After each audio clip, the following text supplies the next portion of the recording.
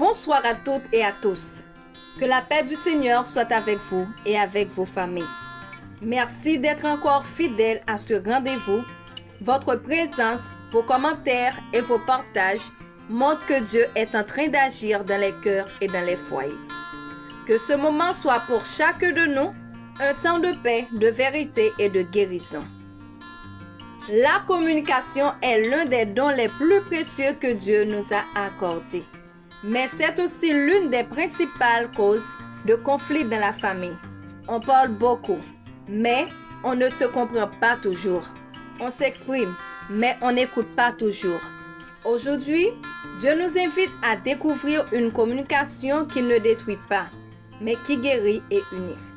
Qu'aucune parole mauvaise ne sorte de votre bouche, mais seulement celle qui est bonne pour l'édification. Éphésiens 4, verset 29. Dans la famille, la communication peut être blessée par des paroles dites sous la colère, des silences prolongés, des reproches constants, un manque d'écoute, des jugements rapides. Une parole peut apaiser ou enflammer, réparer ou détruire, rapprocher ou éloigner. Dieu nous appelle à parler avec sagesse, mais aussi à écouter avec amour.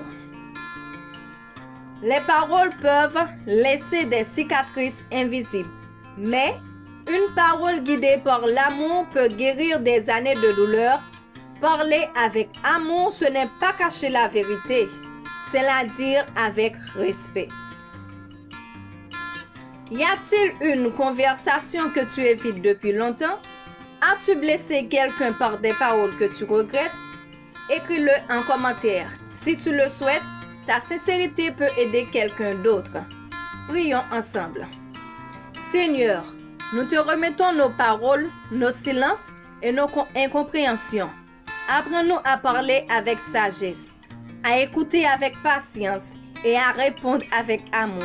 Guéris les paroles qui ont blessé, restaure les relations fragilisées et fais de nos familles des lieux de paix et de respect au nom de Jésus. Amen. Aujourd'hui, choisissons de bâtir et non de détruire avec nos paroles. Que nos maisons soient remplies de mots qui encouragent, qui consolent et qui unissent. Merci d'avoir partagé ce moment avec moi. N'oubliez pas de liker, commenter et partager cette émission. Et restons unis dans la prière pour nos familles. Que Dieu vous bénisse. Ciao.